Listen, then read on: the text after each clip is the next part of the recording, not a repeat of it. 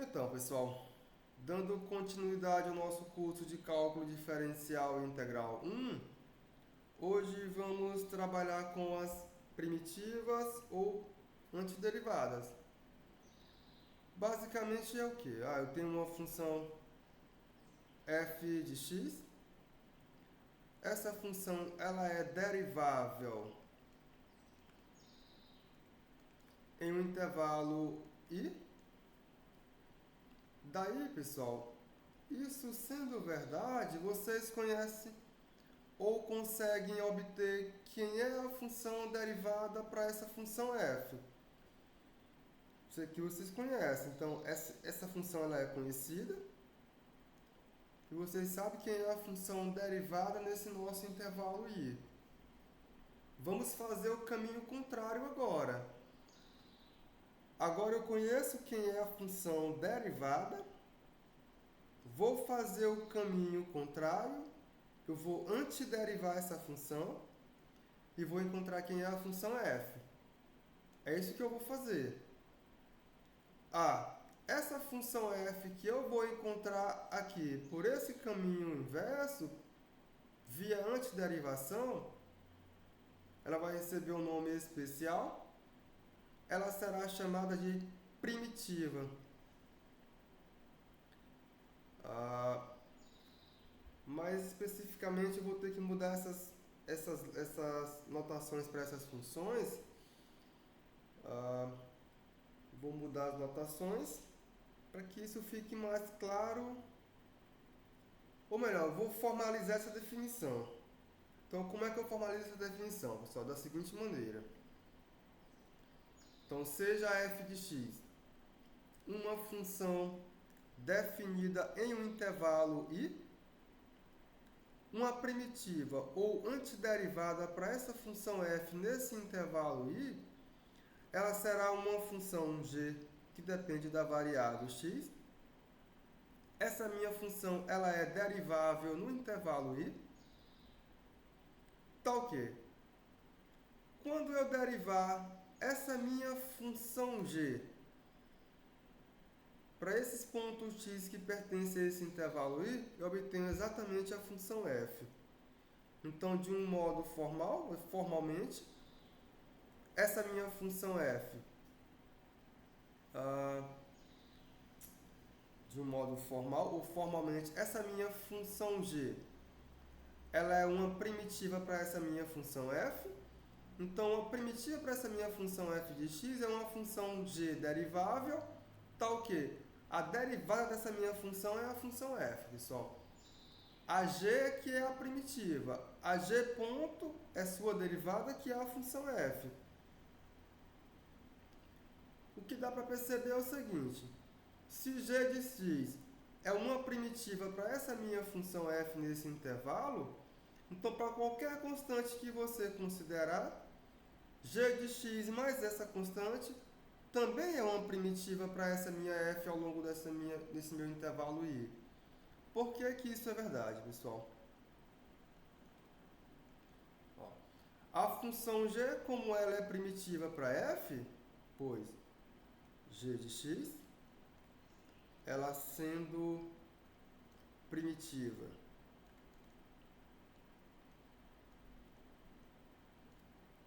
para f, então o que acontece? Então, quando eu recorro à definição que eu dei agora há pouco aqui em cima, essa definição aqui, ela me diz que se eu derivo essa minha função g, eu tenho que encontrar exatamente a função f. Essa é a condição para que ela seja uma primitiva. Agora, se eu derivar a função g de x, ora, se eu derivo em relação à variável x, a função g de x mais c, se eu calcular essa derivada, o que eu vou obter, pessoal? Aqui é a derivada da função g, mais a derivada em relação à variável x da função constante igual a c. Se eu derivar a função constante igual a c em relação à variável x, essa derivada é igual a zero. Então eu vou obter simplesmente g ponto de x, que por sua vez, como está aqui, ela é igual a f, pessoal. Então isso aqui é igual a minha função f.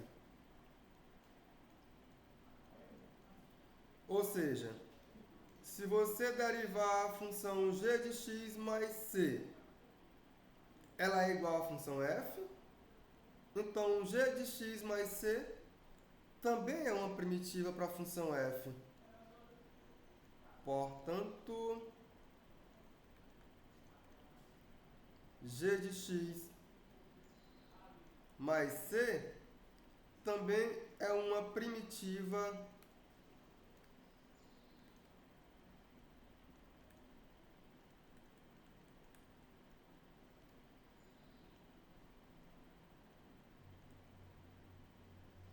para f de x, pessoal. Esse c aqui é uma constante real qualquer. Isso aqui é um número c real, ele é constante.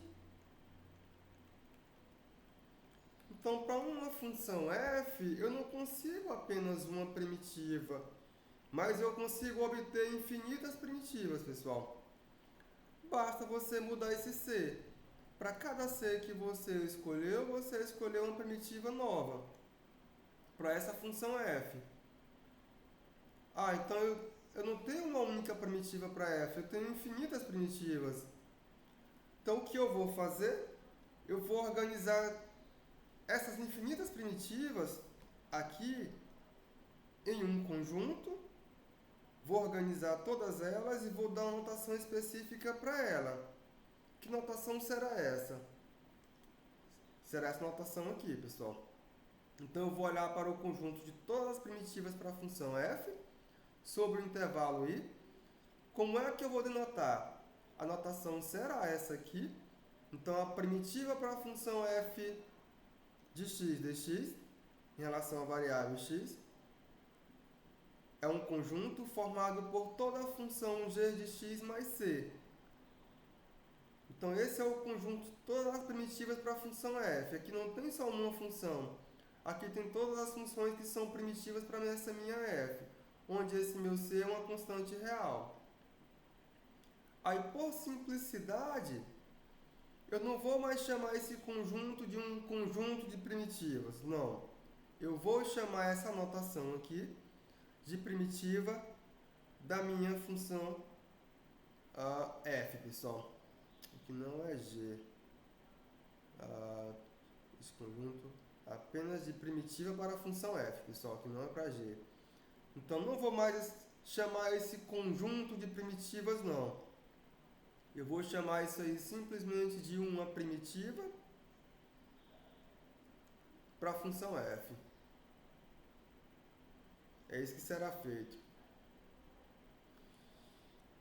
Então, quando você se deparar, aqui é um conjunto de várias funções, que são todas primitivas para a função f. Eu não vou mais chamar isso aqui de um conjunto, e vou chamar isso aqui de uma primitiva para essa nossa função. Porque aqui eu posso estar destacando esse meu c como sendo um número real qualquer. É claro, constante.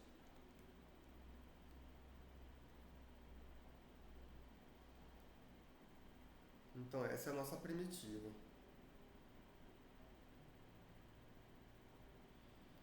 Por exemplo, você pode verificar que a primitiva para a função constante é kx.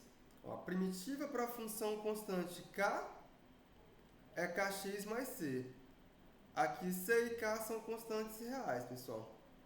Então, a primitiva para a função k dx, k sendo uma constante real, é kx mais c. Como é que verificamos isso?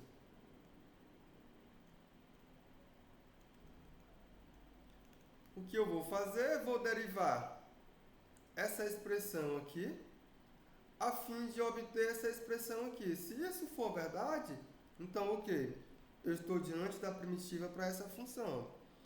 Então, de fato, o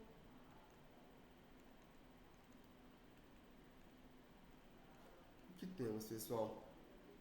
Quando eu derivar em relação à variável x, essa possível primitiva kx mais c, derivar essa expressão você já sabe como que é feito. Isso aqui é igual a simplesmente eu derivar em relação à variável x, a expressão kx, mais a derivada em relação à variável x da função c. Se eu calculo essa derivada, eu obtenho que isso aqui é igual a k mais zero, que é igual a k. Portanto,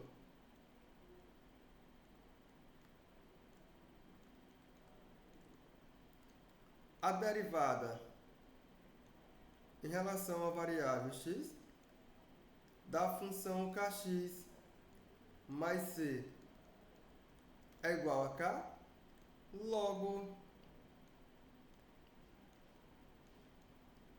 eu posso afirmar que a primitiva para essa minha função k em relação à variável x é simplesmente k vezes x mais c, pessoal, onde esse nosso c é constante real.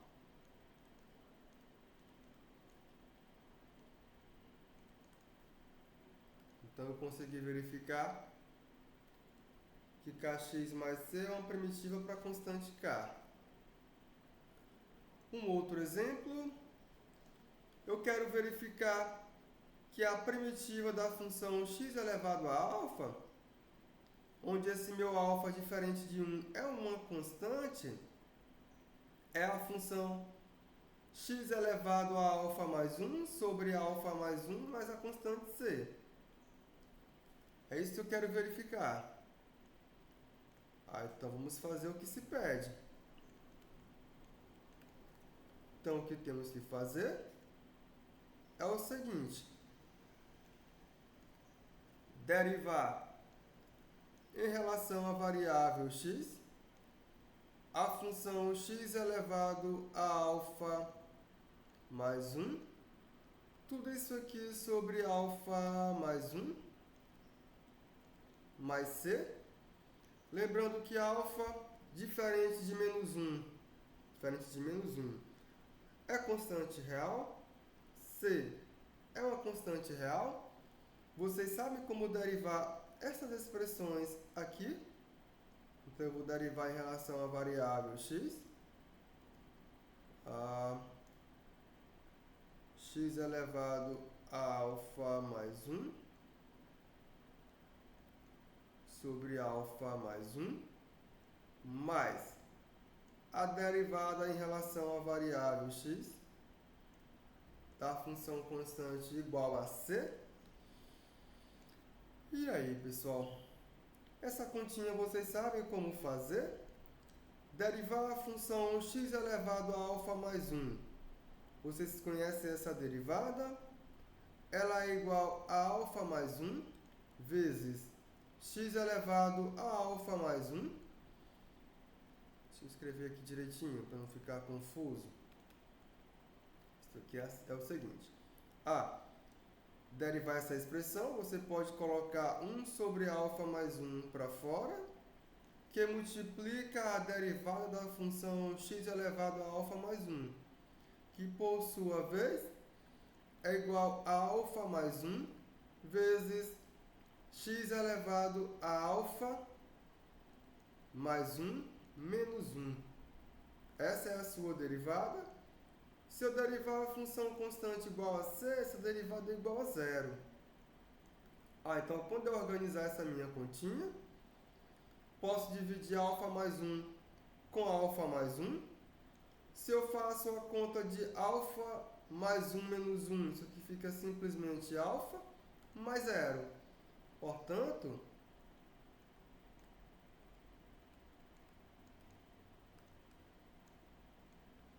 a derivada em relação à variável x da função x elevado alfa mais 1 sobre alfa mais 1 mais c. Isso aqui é igual a x elevado a alfa, pessoal. Logo,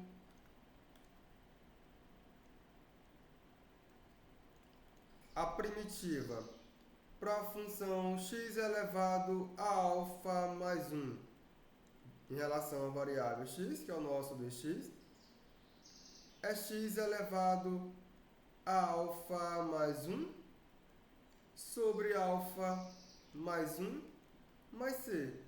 Essa é a primitiva para a função x elevado a alfa mais 1. Vou pegar, guarda essa informação, pessoal, porque ela vai aparecer muitas outras vezes para vocês. Por exemplo, eu vou pegar um caso bem particular para esse nosso exemplo. Por exemplo, a primitiva para a função x ao quadrado em relação à variável x, se você olhar para esse exemplo, o nosso alfa é igual a 2. Então, a sua primitiva é x elevado a 2 mais 1. É x elevado a 2 mais 1, porque o nosso alfa é igual a 2, sobre 2 mais 1, mais uma constante c. Isso aqui ainda é igual a x elevado a 3, sobre 3, mais c, onde esse nosso c é uma constante real, pessoal.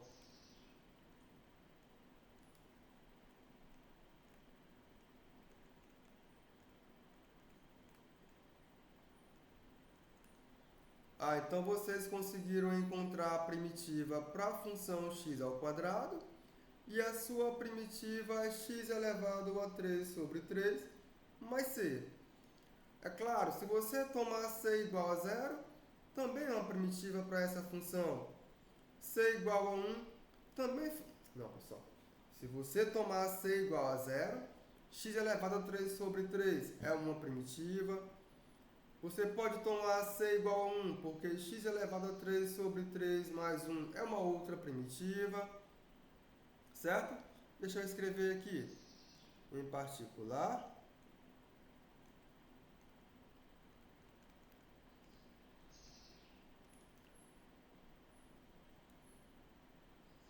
você pode ganhar aqui x ao quadrado. Depois eu deixo isso mais específico, né? X elevado a 3 sobre 3, isso aqui é uma primitiva.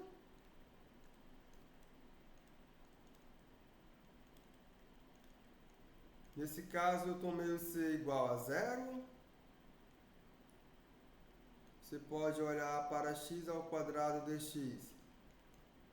A função x elevado a 3 sobre 3 mais 1 também é uma primitiva.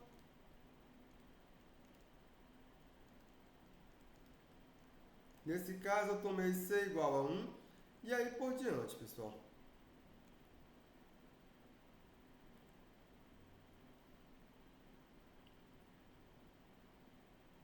Pra frente.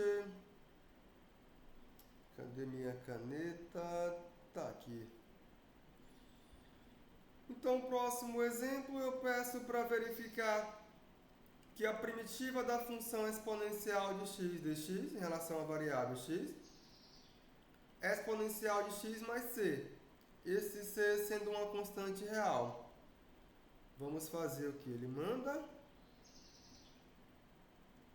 Vamos lá. Então, o que temos?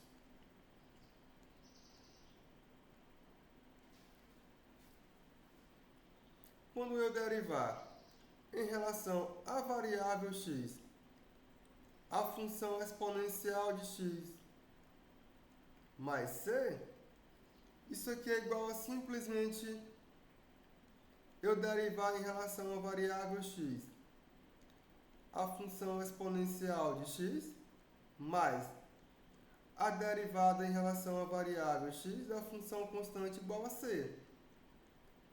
Vocês sabem como calcular a derivada da função exponencial de x? É a própria exponencial de x A derivada da função constante igual a c é igual a zero. Então, quando eu faço essa operação, eu obtenho que tudo isso aqui é igual a exponencial de x, pessoal. Portanto, derivei a exponencial de x mais c, eu obtive a exponencial de x. Então, eu posso afirmar que a primitiva da função exponencial de x é a função exponencial de x mais c. Esse c sendo uma constante real, pessoal.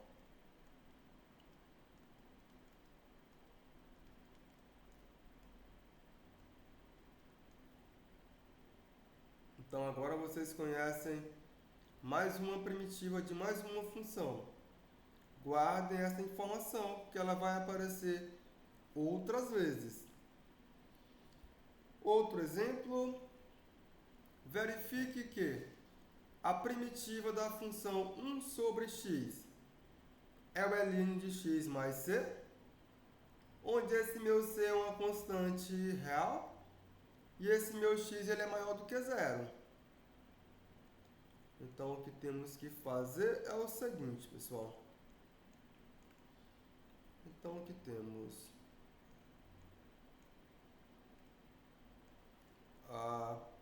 Quando eu derivar em relação à variável x, a função ln de x mais c, calcular essa derivada é eu derivar em relação à variável x, a função ln de x, mais a derivada em relação à variável x da função constante igual a c. Derivar a função ln de x, já conhecemos. Isso aqui é igual a 1 sobre x. Derivar a função constante igual a c é zero. Quando eu somar 1 sobre x mais zero, eu obtenho que tudo isso aqui é igual a 1 sobre x. Portanto,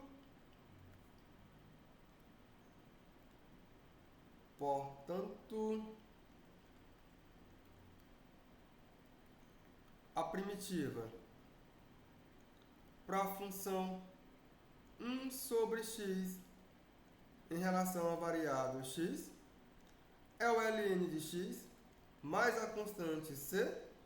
Isso aqui desde que esse nosso x seja maior do que zero, certo? Sendo que esse nosso c é uma constante real, pessoal. Então, vocês não podem deixar de levar essa constante, não.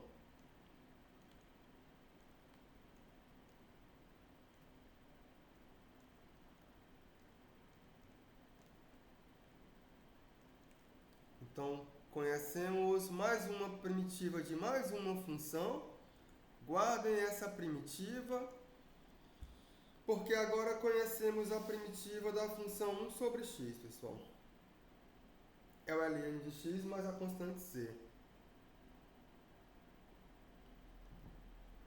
Para frente, porque eu peço para verificar se agora esse meu x é negativo. Então, a primitiva para a função 1 sobre x em relação à variável x é o ln de menos x mais a constante real c. Vamos fazer o que se pede.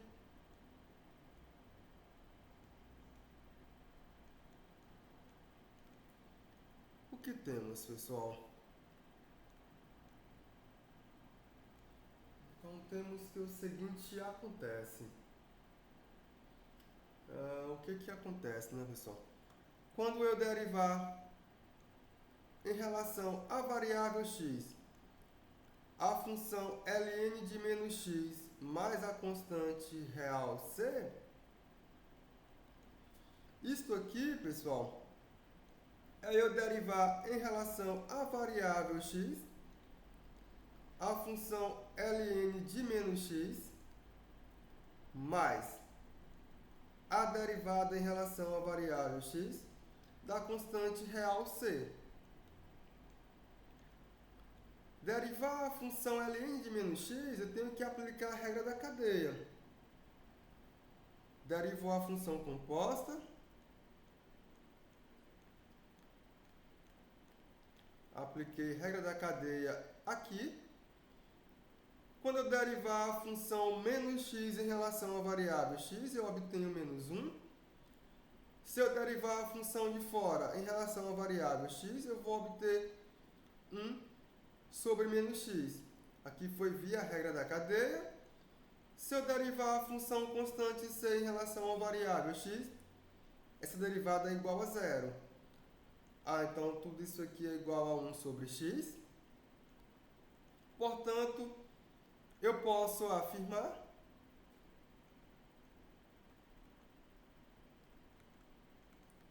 que a primitiva da função 1 sobre x em relação à variável x é a função ln de menos x mais a constante c.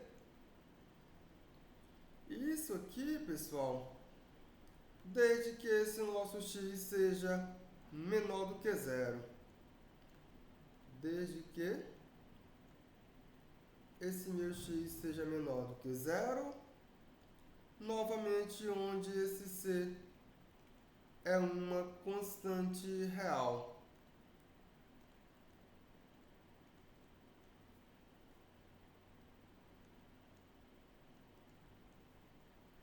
Então agora vocês conhecem a primitiva de mais uma função.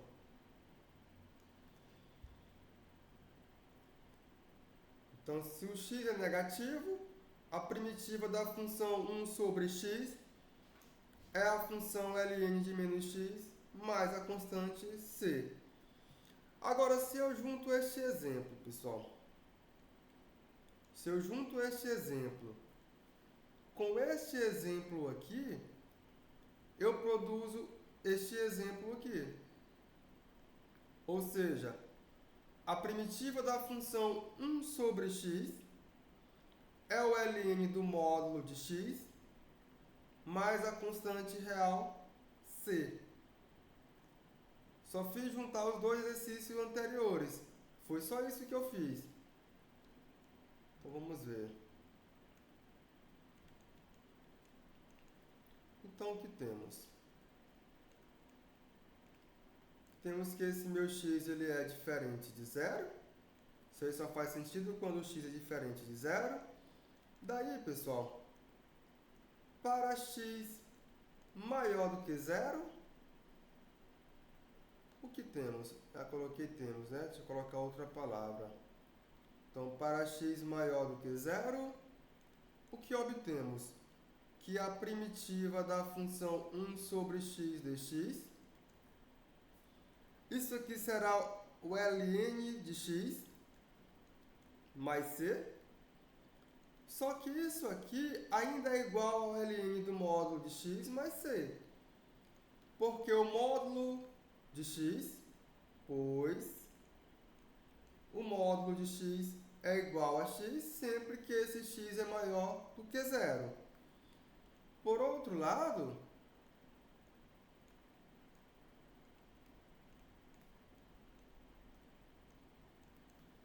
para x menor do que zero, o que obtemos, pessoal? A primitiva da função 1 sobre x. Isto aqui é igual ao ln de menos x. Acabamos de fazer este exercício.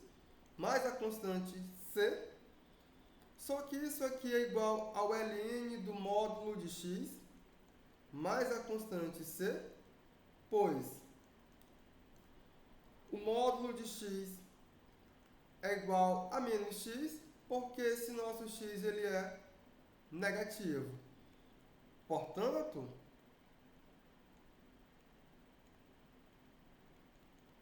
eu posso simplesmente afirmar que a primitiva da função 1 sobre x é o ln do módulo de x mais a constante real c, onde c é uma constante real.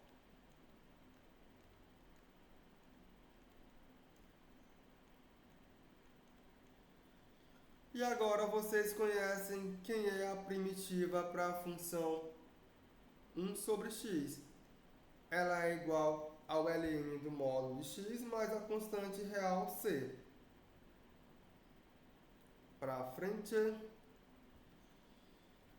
peço para verificar neste exemplo que a primitiva da função cosseno de x é a função seno de x mais c, onde esse nosso c, ele é uma constante real. Então, vamos fazer o que se pede, pessoal.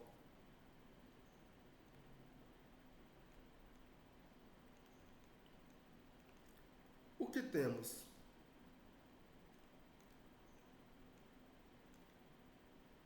Quando eu derivar em relação à variável x, a função seno de x mais c, pessoal, se eu calcular essa derivada, o que é que vai acontecer?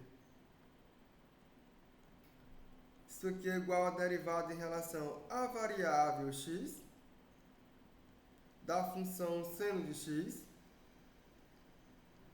mais a derivada em relação à variável x da função constante igual a c.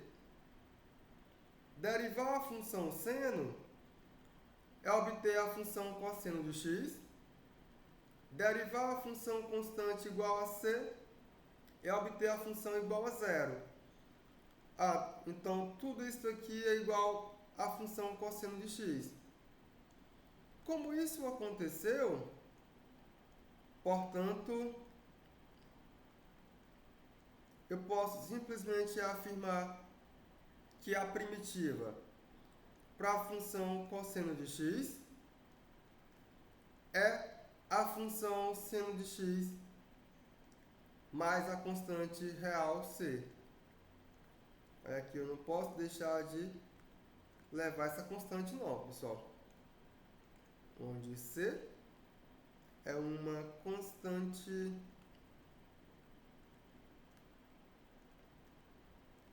real.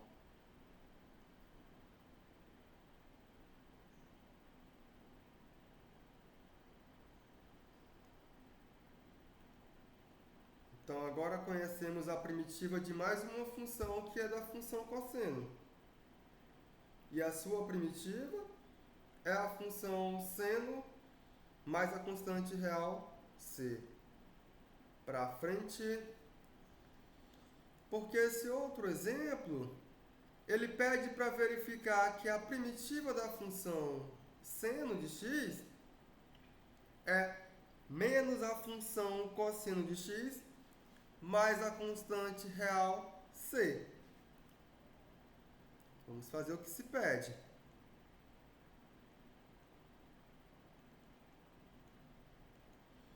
Vamos fazer o que se pede, pessoal. Porque o que temos? A derivada em relação à variável x da função menos o cosseno de x mais c é eu calcular a derivada em relação à variável x de menos a função cosseno de x mais a derivada em relação à variável x da função constante igual a c. Vocês conhecem a derivada da função cosseno? Ela é igual a menos o seno de x. Vocês conhecem a derivada da função constante igual a c? E ela é igual a zero.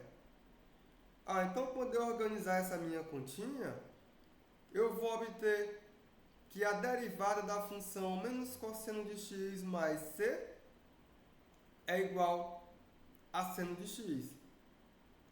Portanto,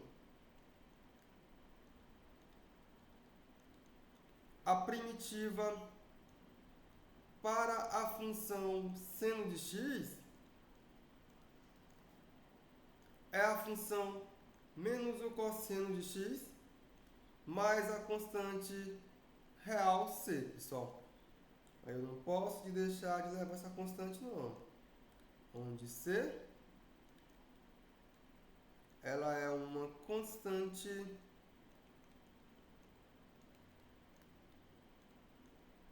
real.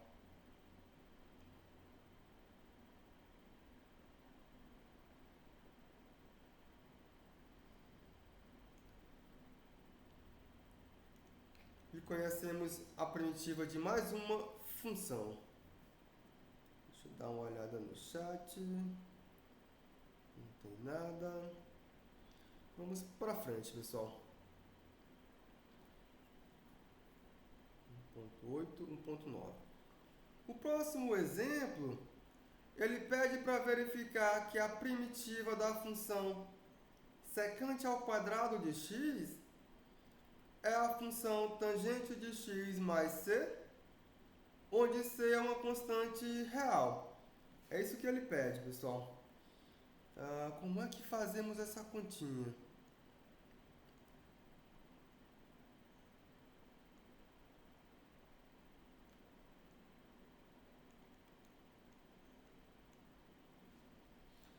Como é que fazemos essa continha? O que temos que fazer é derivar em relação à variável x a função tangente de x mais c. Isso aqui é eu derivar em relação à variável x a função tangente de x mais a derivada em relação à variável x da função constante igual a c. Calcular a derivada da função tangente de x, vocês conhecem. Ela é igual a secante ao quadrado de x, pessoal. Não é isso? Seno sobre o cosseno, derivo o seno, obtenho o cosseno, fica cosseno ao quadrado, menos com mais, seno ao quadrado, que fica 1 por identidade trigonométrica, relação fundamental, melhor dizer assim, sobre cosseno ao quadrado. Então, dá secante ao quadrado, mais a derivada da função constante igual a c é zero. Então, tudo isso aqui é igual a secante ao quadrado de x. Portanto,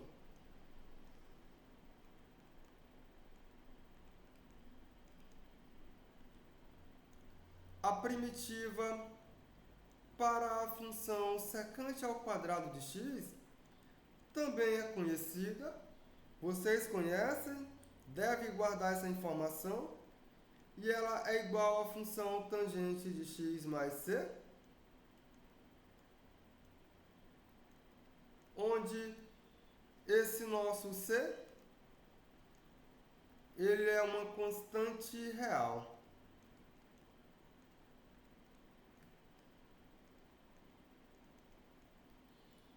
Então vocês têm que guardar também essa informação, pessoal.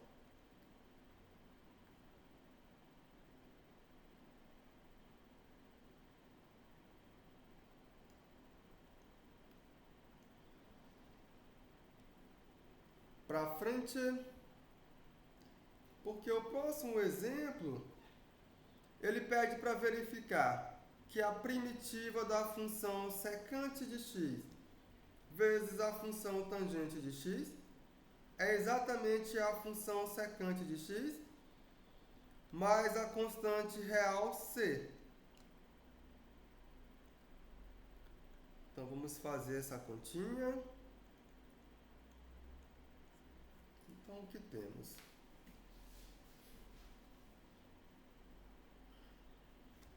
Então, o que temos é o seguinte, pessoal.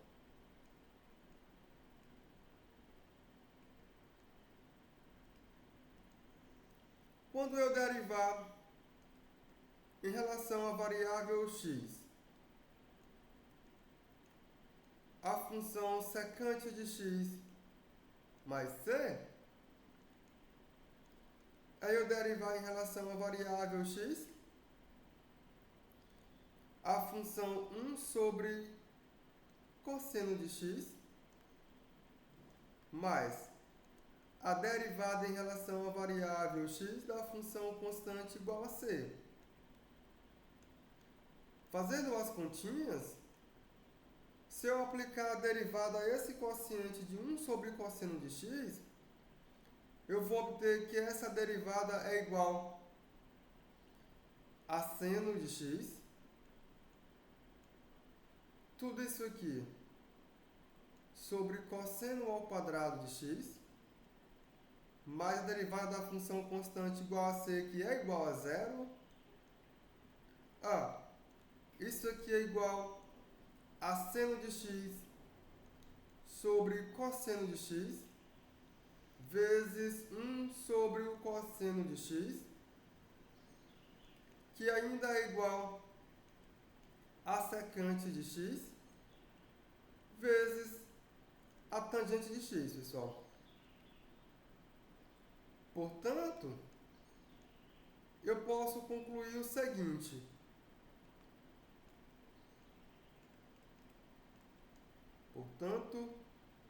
Eu posso concluir que a primitiva da função secante de x vezes tangente de x, isso aqui é igual a tangente, é igual a secante, é igual a secante de x, mais a constante c, onde esse nosso c, ele é uma constante real, pessoal.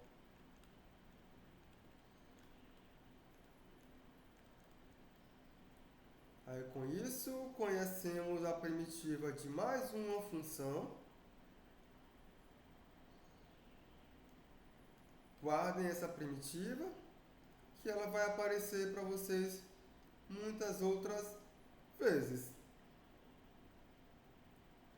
Para frente, porque agora eu quero verificar que a primitiva para a função secante de x é o ln do módulo de secante de x mais tangente de x mais a constante real c. Então, vamos ver como é que é feita essa continha, pessoal.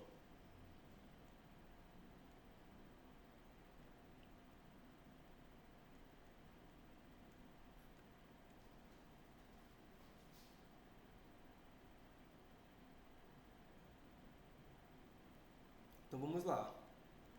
Então, o que temos? Quando eu derivar em relação à variável x a função ln do módulo de secante de x mais tangente de x mais a constante real c, isso aqui é eu derivar em relação à variável x a função ln do módulo de secante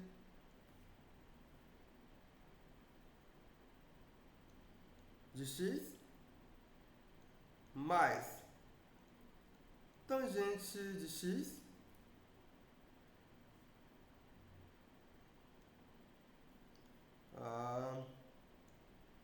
mais a derivada da função constante c. Aí, pessoal, o que eu vou fazer é o seguinte.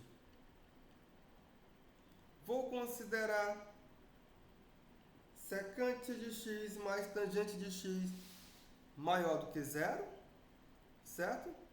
Aí teríamos que considerar negativo também. Vamos lá. Então, vamos lá. Se ela é maior do que zero, eu aplico regra da cadeia.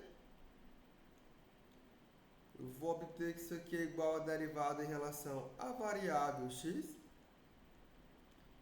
do secante de x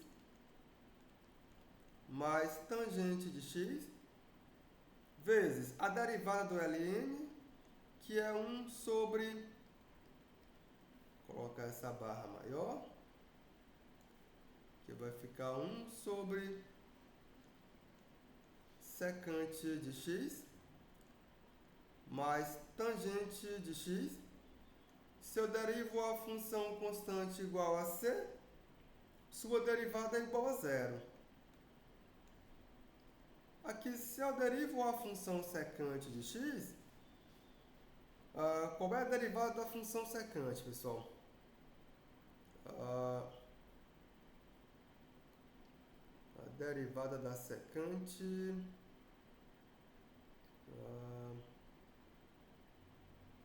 eu acabei de fazer essa continha. Derivar a função secante é obter secante vezes tangente. Então, fiz essa continha agora há pouco. Isso aqui é igual a secante de x vezes tangente de x, mais a derivada da função tangente, também acabamos de fazer essa continha. Ela é igual a secante ao quadrado de x. Tudo isso aqui multiplicado por 1 sobre secante de x mais tangente de x. Se eu organizar essa continha, como que ela fica, pessoal? Tenho que organizar essa continha. Como é que eu organizo essa continha? Eu posso colocar a secante de x em evidência.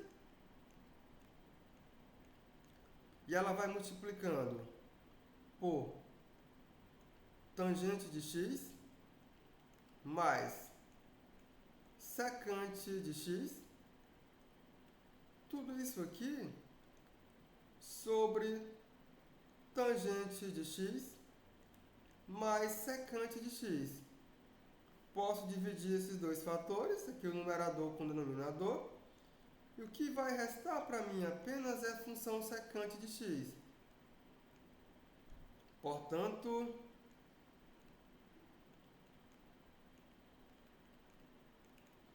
a primitiva para a função secante de x é o ln. Aí aqui, pessoal, eu fiz o caso que o ln ele é caso positivo, né? Então, eu vou fazer igual eu fiz anteriormente. Não vou colocar o módulo agora, não. Eu vou colocar só secante de x mais tangente de x mais uma constante c, onde esse c ele é uma constante real.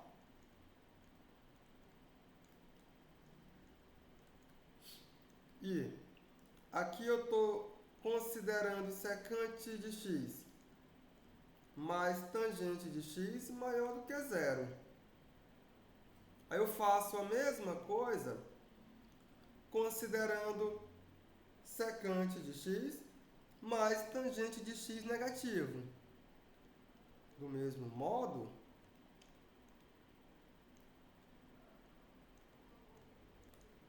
se secante de x mais tangente de x for menor do que zero, então, quando eu olhar para a derivada em relação à variável x do ln do módulo de secante de x mais tangente de x, isso aqui será igual à derivada em relação à variável x de menos secante de x mais tangente de x vezes a derivada do ln. Aqui eu apliquei regra da cadeia, que por sua vez é menos secante de x mais tangente de x. É 1 sobre menos secante de x mais tangente de x. Então quando eu faço essa continha, eu vou obter, esse menos vai embora com esse, eu vou obter exatamente que isso aqui é igual a secante de x. Com isso eu posso concluir. Portanto, eu posso concluir que a primitiva para a função secante de x é o ln do módulo de secante de x mais tangente de x mais a constante real c, onde c ele é uma constante real.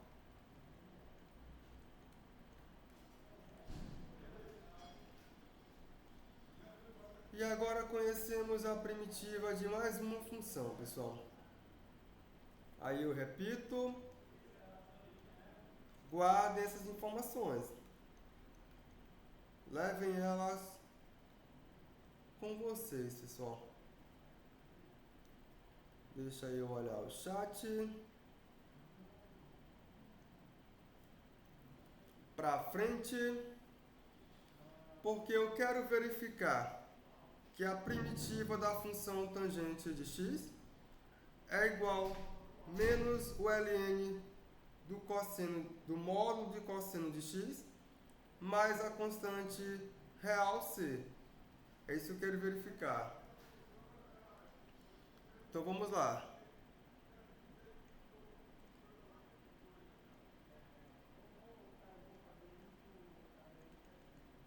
Vamos lá. Porque o que temos, pessoal? Temos que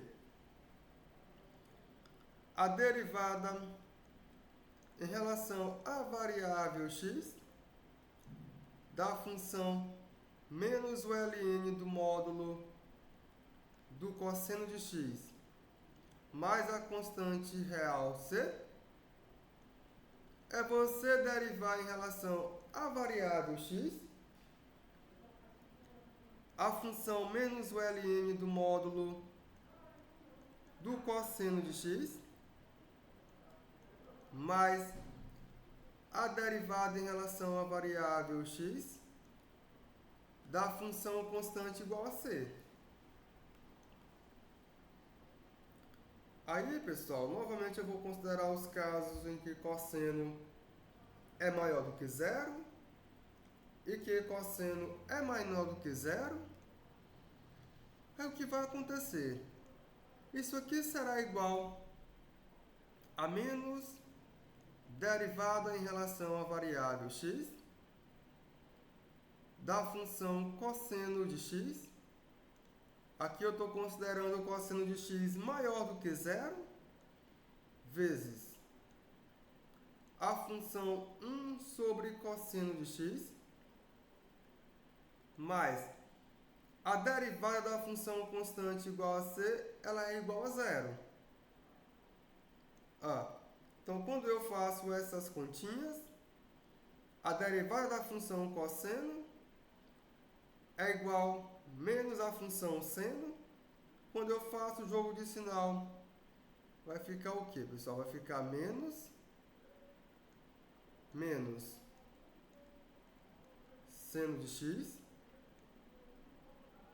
sobre o cosseno de x, que é igual a seno de x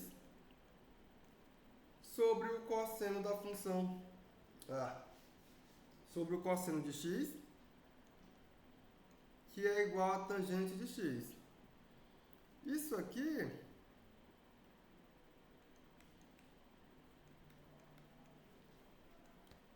quando esse nosso cosseno for maior do que zero, pessoal.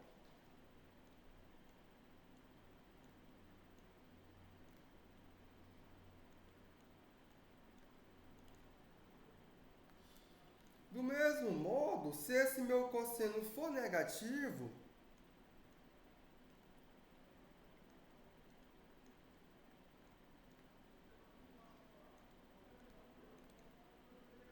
quando cosseno da função x for negativo, então, na hora que eu derivar em relação à variável x, a função menos o ln do módulo do cosseno de x, quando eu aplico derivada a essa função, isso aqui será menos derivada em relação à variável x da função menos o cosseno de x vezes 1 sobre menos o cosseno de x. Organizando a continha, isso aqui será igual a menos o seno de x, tudo isso aqui sobre menos o cosseno de x, que é igual a tangente de x, pessoal. Portanto, eu posso concluir que a primitiva para a função tangente de x, ela é igual a menos o ln do módulo da função cosseno de x, mais c, onde esse c, vocês não podem deixar de levar esse czinho, ele é uma constante real, pessoal. Então, essa é a nossa primitiva para a função tangente de x. E agora conhecemos mais uma primitiva, pessoal. Alguma pergunta, pessoal? Alguma coisa? Então, vamos para frente. O outro exemplo, ele pede para que você verifique que a primitiva da função 1 sobre 1 mais x ao quadrado dx, isso aqui é simplesmente o arco tangente de x mais a constante real c. Então, vamos lá. Vamos ver o que acontece. Então, o que temos, pessoal? Temos que, na hora que derivarmos em relação à variável x... Não, peraí, vamos começar de um jeito melhor, né, pessoal? Então, temos que o arco tangente de x, isso aqui é igual a y se e somente se, quando você olhar para a tangente de y, isso aqui é igual a x, certo? Daí, quando você derivar, então quando eu derivar a função arco tangente de x, então quando eu derivar em relação à variável x, a função arco tangente de x, é você derivar em relação à variável x, a função y, só que você sabe, pessoal, que tangente de y igual a x é a inversa da função arco tangente de x igual a y. Derivar a função inversa, você conhece. Como é que é dada a derivada da inversa? Então, eu vou tirar isso daqui. Vou aplicar a derivada da inversa, que é simplesmente 1 sobre a derivada. Aqui eu vou derivar em relação à variável da própria função inversa, que no caso é tangente de y. Aqui eu apliquei a derivada da inversa, que por sua vez é igual a 1 sobre derivada da função tangente. Acabamos de fazer essa continha. E essa derivada é igual a secante ao quadrado de y, pessoal. Só que o nosso y... só que o que, né, pessoal?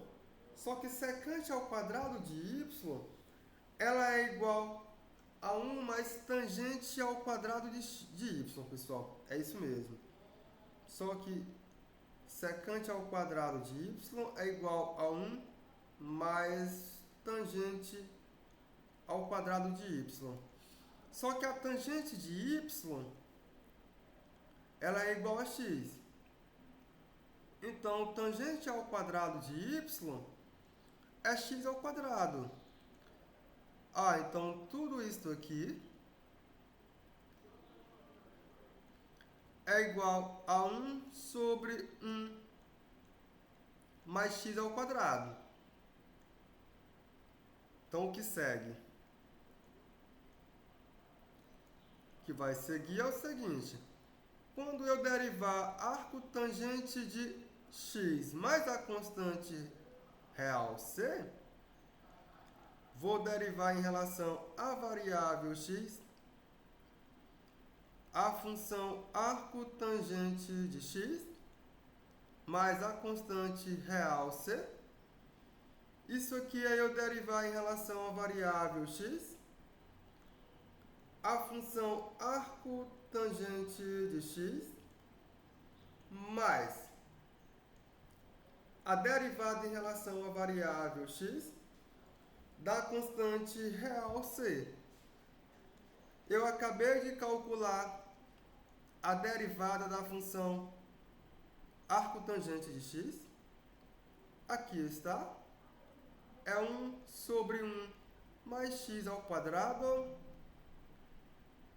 Ela é igual a 1 sobre 1 mais x ao quadrado. E a derivada da função constante igual a c, ela é igual a zero. Então, quando eu faço essa continha, isso aqui fica simplesmente 1 sobre 1 mais x ao quadrado. Portanto, eu posso concluir que a primitiva da função 1 sobre 1 mais x ao quadrado, isso aqui é igual ao arco tangente de x mais a constante real c, pessoal. Onde esse nosso c é uma constante real. Onde c ele é uma constante real. Aí agora sim vocês guardem mais essa informação, porque vocês conhecem agora a primitiva de mais uma função, que é a função 1 sobre x ao quadrado, que possui como primitiva a função arco tangente de x mais a constante c. Nenhuma perguntinha, pessoal? Para frente. Para frente, porque o exemplo 1.14 ele pede para calcular a primitiva da função 1 sobre raiz quadrada de quem, pessoal? A primitiva da função 1 sobre raiz quadrada de 1 menos x ao quadrado. Esse x não está aqui, pessoal. Tem que tirar esse x daqui. Ele não faz parte da primitiva, não. Deixa eu retirar.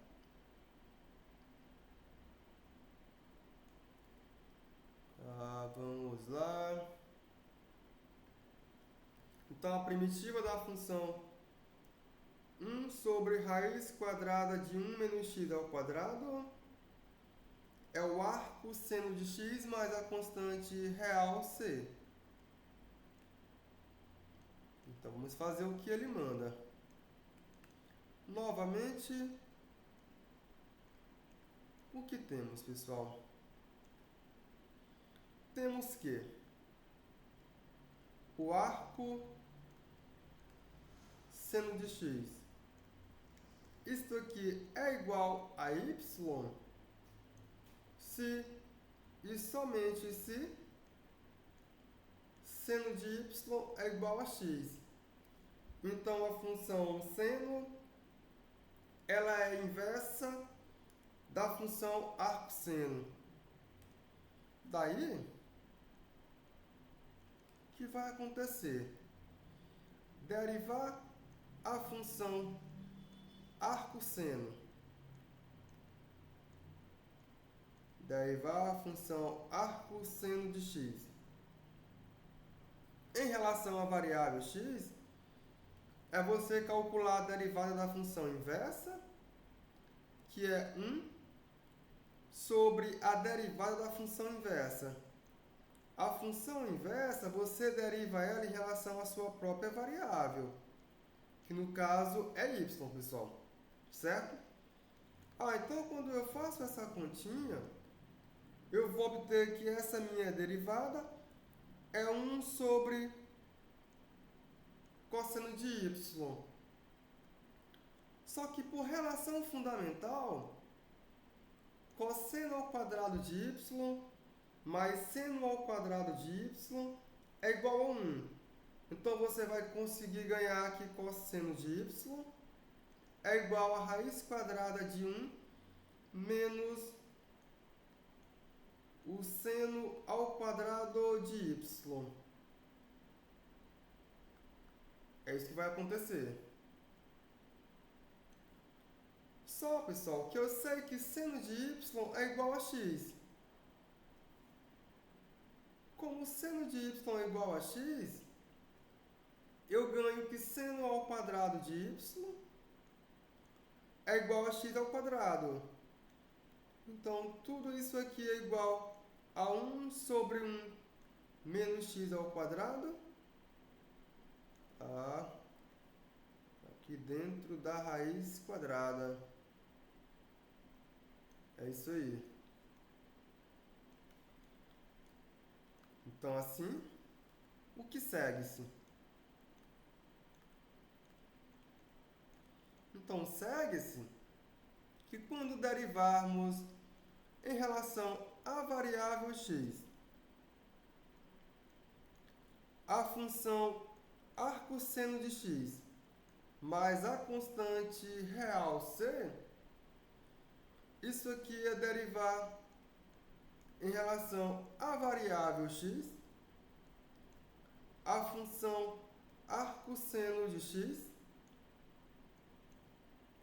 mais a derivada em relação à variável x da função constante igual a c. Pessoal, acabamos de calcular quem é a derivada da função arcosseno de x. Aqui está. Trago para cá essa informação, porque essa informação vai me dizer que essa derivada ela é igual a 1 sobre raiz quadrada de 1 menos x ao quadrado. Quando eu derivar a função constante igual a c, a sua derivada é igual a zero. Então eu vou obter que a derivada da função arcosseno de x mais c é simplesmente raiz quadrada de 1 menos x ao quadrado, pessoal. Portanto,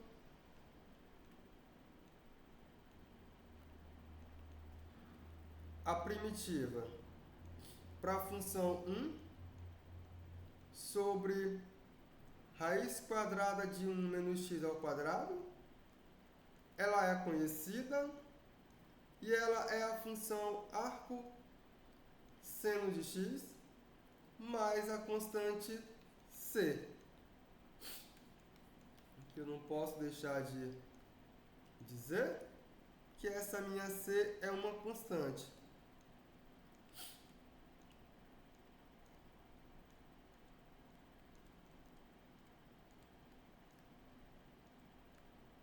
É uma constante real. E com isso, pessoal, ganhamos a primitiva de mais uma função. Foi isso que fizemos. Ah, pessoal, conseguimos mais uma primitiva.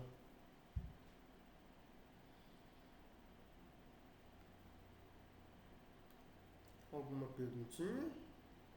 Nada?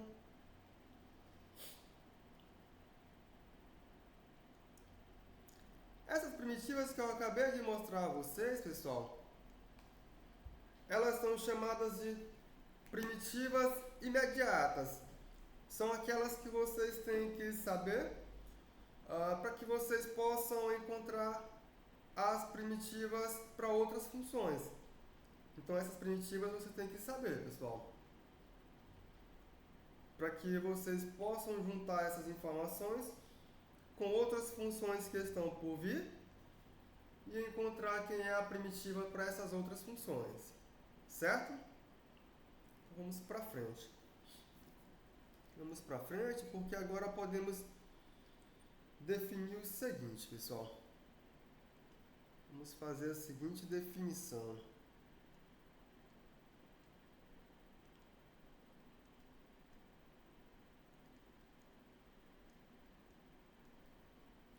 Então a definição é a seguinte. Então, dado o intervalo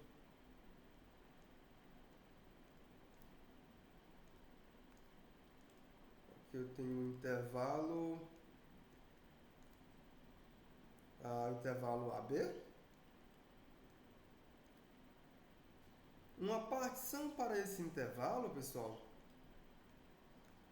uma partição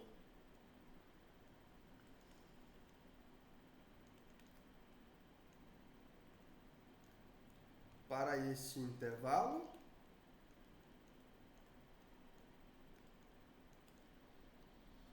ela é o seguinte conjunto.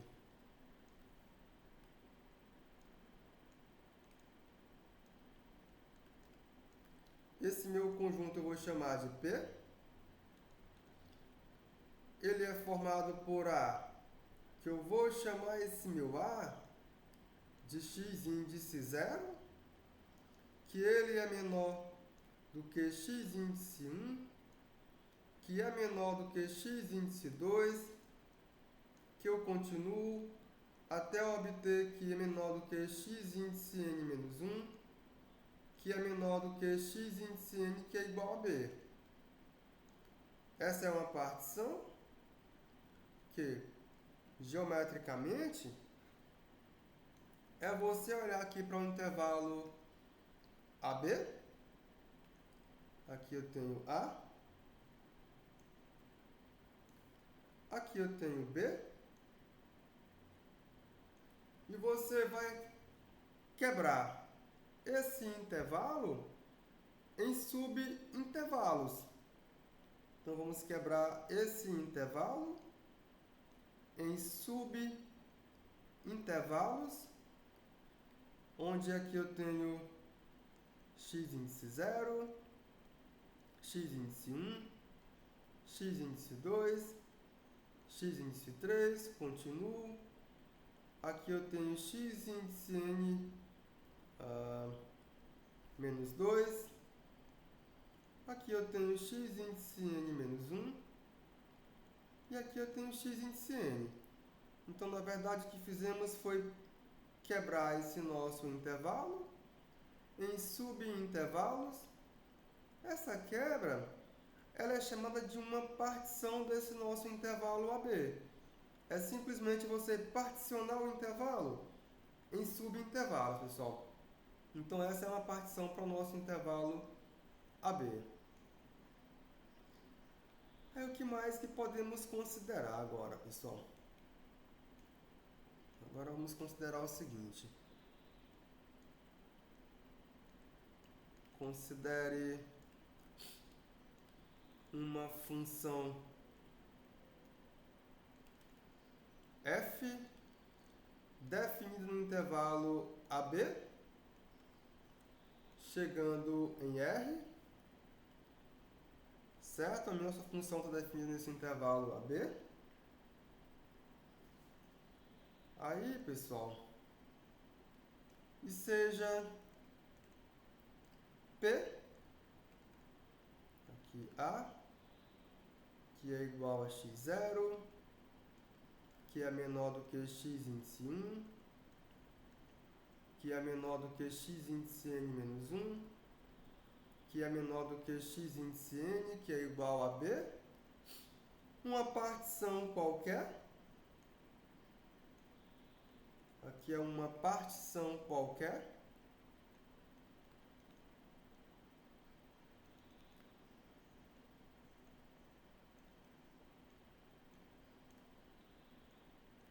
do intervalo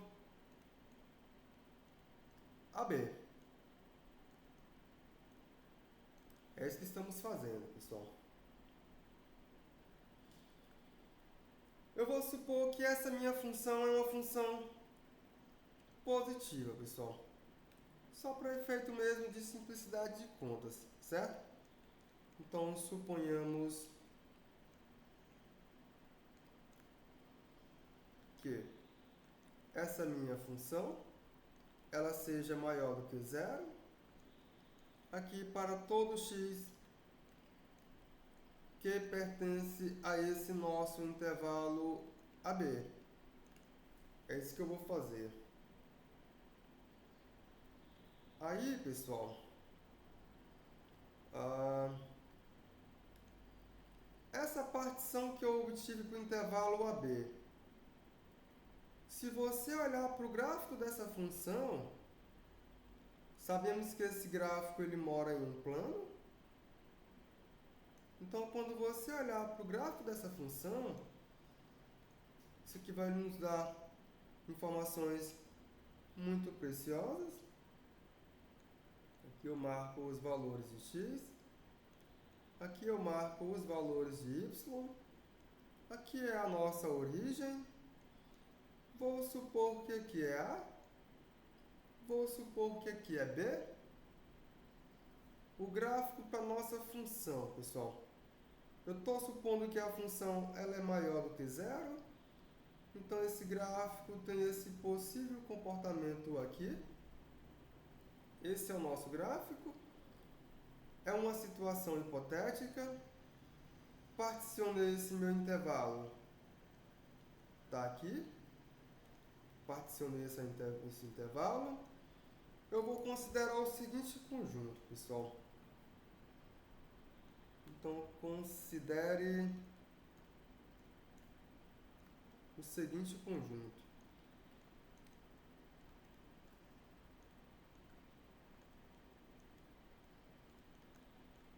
Que conjunto será esse? Eu vou chamar esse conjunto, vou chamar ele de A.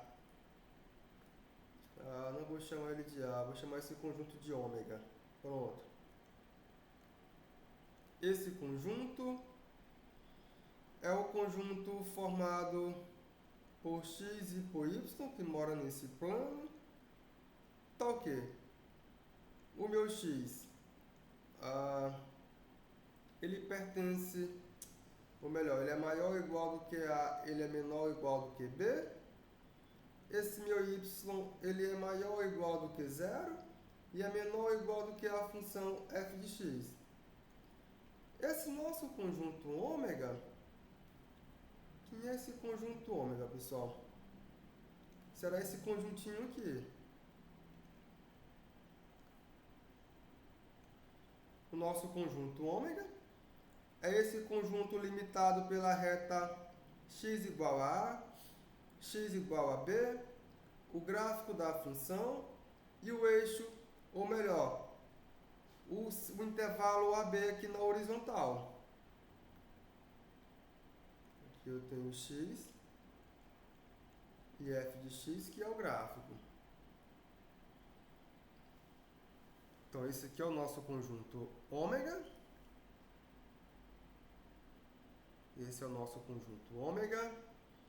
Aí, pessoal, para essa partição que eu escolhi, o que vai acontecer que para essa partição, eu vou mudar aqui a cor da caneta, eu vou obter retângulos. Aqui eu obtenho retângulos.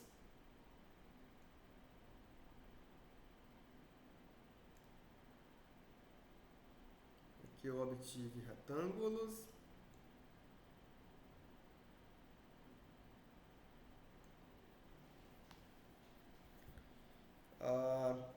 Como é que eu obtenho retângulos, né, pessoal? Deixa eu escrever aqui. Então, a partição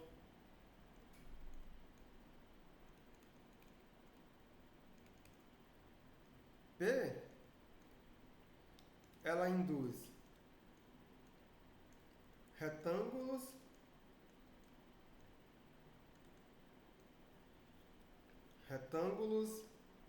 de base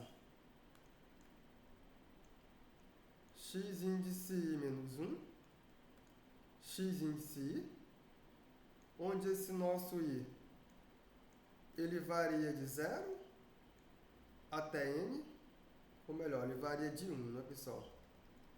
Ele varia de 1 até n, onde esse meu i, ele varia de 1 a n. Aqui eu tenho x índice 1, aqui eu tenho x índice 2, aqui eu tenho x índice n,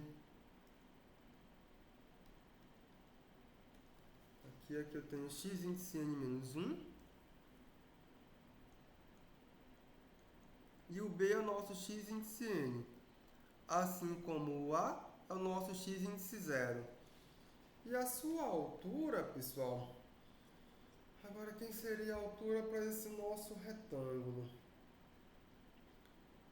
Aí eu posso considerar essa altura como sendo a imagem da função f em um pontinho que pertence a esse subintervalo dado por essa nossa partição. Essa pode ser a nossa imagem. Então, só para efeito de não perder a generalidade, eu posso até supor que eu estou tomando essa altura como sendo exatamente a imagem aplicada a x índice i, pessoal. Ou então, eu posso, para não ficar subentendido que é exatamente o extremo do intervalo, eu posso dizer isso aqui, né? Com a altura, essa nossa altura dada da seguinte maneira. Ela é f, aí esse nosso f ele será aplicado em c índice i, onde esse nosso c índice i, ele pertence aos intervalos x índice i menos 1 e x índice i. Essa é a nossa altura, pessoal. Eu poderia considerar o máximo valor, poderia fazer isso, sim. Então, à medida que eu faço isso, eu vou estar quebrando aqui em subretângulos. Aí aqui eu posso prolongar.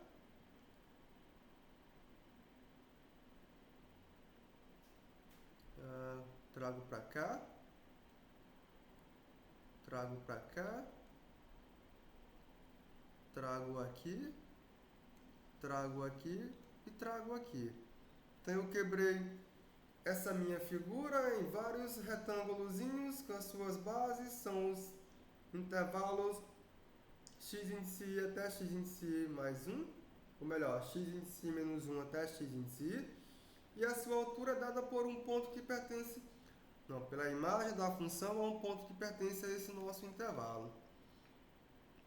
Daí, pessoal, se você somar todas essas áreas de todos esses retângulos, o que vai acontecer? Então agora eu vou sair somando a área de todos esses retângulos. Eu vou sair somando a área de todos esses retângulos.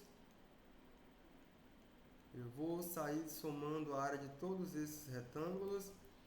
Quando você sair somando a área desses retângulos, você vai ter uma boa aproximação para a área do conjunto ômega. É claro, vai ficar faltando umas partes que não foram inclusas. Ficou faltando algumas partes, mas você vai ter uma boa aproximação da área desse conjunto ômega. Então, daí, quando eu saio somando todas essas áreas, então eu vou somar.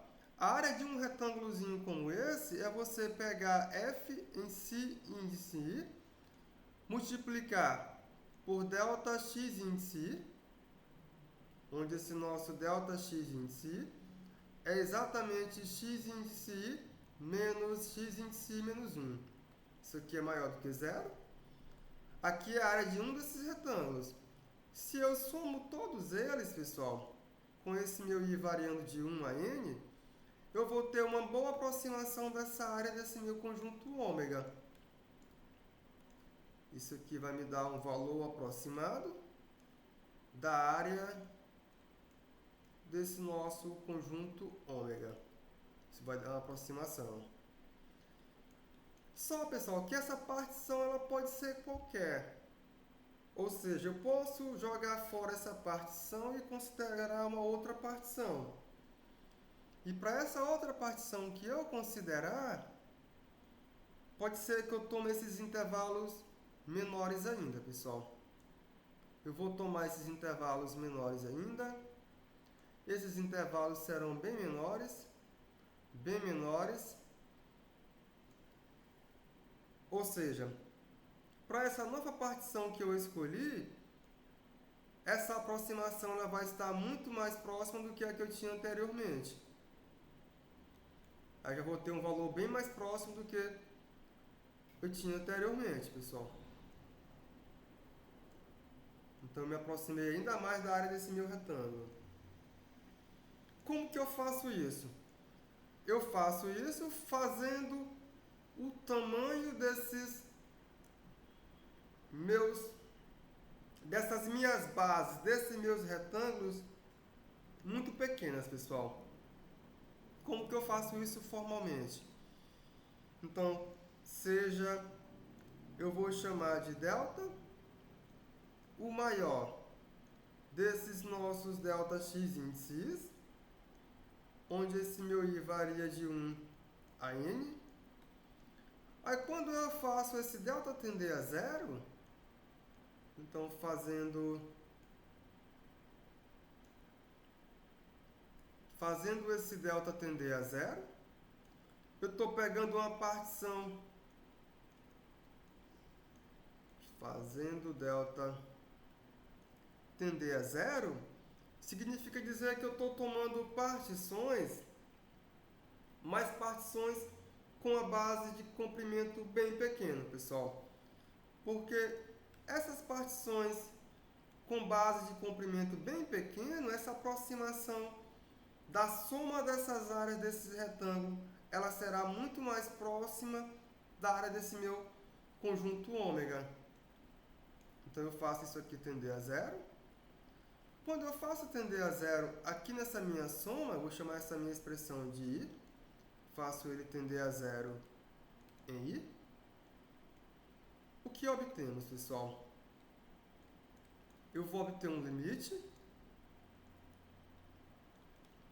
Eu obtenho um limite quando esse meu delta tende a zero.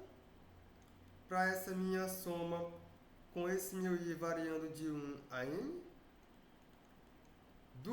Da área desses meus retângulos, que agora são retângulos com bases de tamanho bem pequeno. Quando eu faço isso, pessoal, isso aqui vai me dar um valor aproximado para essa minha área. desse meu conjunto ômega, só que a área agora está muito próxima.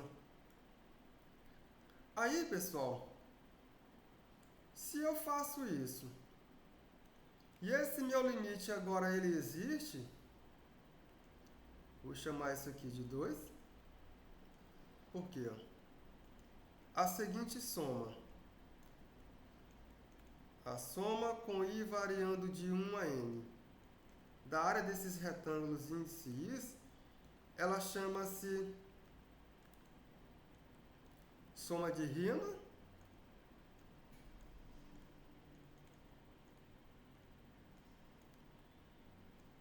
então é a soma de Riemann, por sua vez,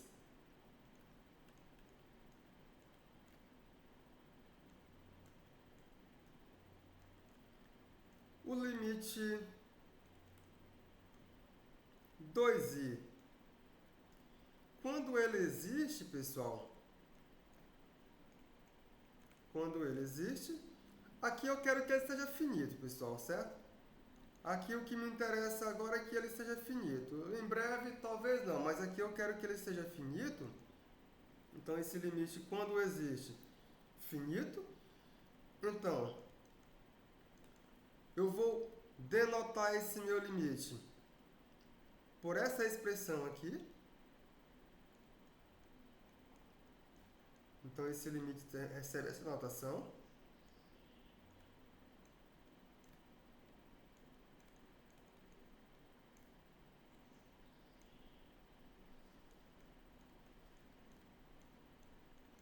Só que eu sei que isso aqui ainda é uma boa aproximação para aquela área do conjunto ômega. Aí, pessoal, isso aqui vai receber um nome especial. Esse limite dessa minha soma de Riemann, ela é chamado a integral de Riemann, ou integral definida da função f ao longo do intervalo AB, pessoal. Então, isso aqui é chamado a integral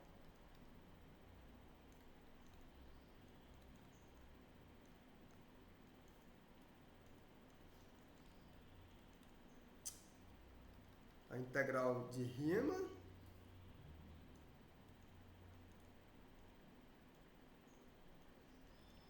ou integral definida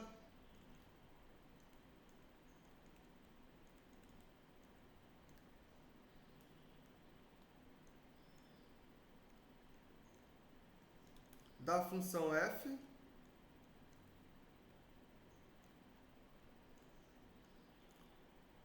ao longo do intervalo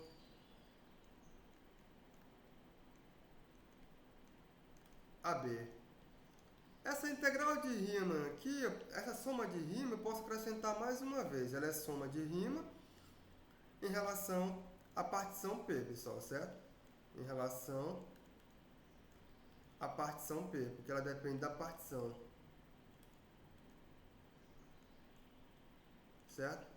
Então, por sua vez, esse limite aqui, ele é chamado a integral de Riemann ou integral definida da função f ao longo desse meu intervalo AB. Quando esse limite for infinito, aí, pessoal, eu vou chegar lá, mas não é agora, será mais na frente. Ele recebe o nome de integral imprópria para essa função f ao longo desse intervalo AB. Então, já deixo aqui, vou deixar aqui já dito, que quando eu chegar lá, vocês já vão saber o que aconteceu. Quando ele é infinito ou quando ele não existe, vou deixar assim, quando o limite em 2i ele não for finito,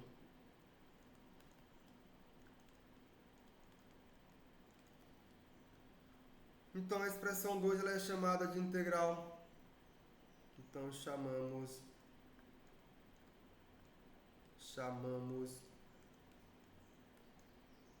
2 de integral imprópria, pessoal.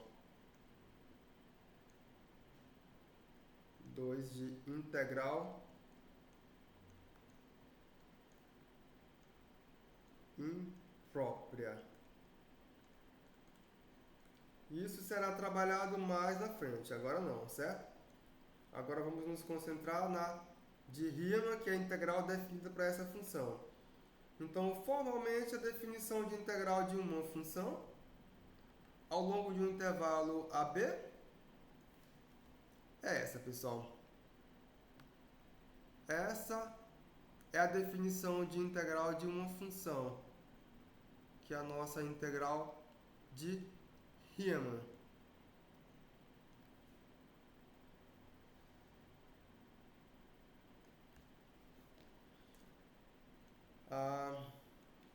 Essa definição.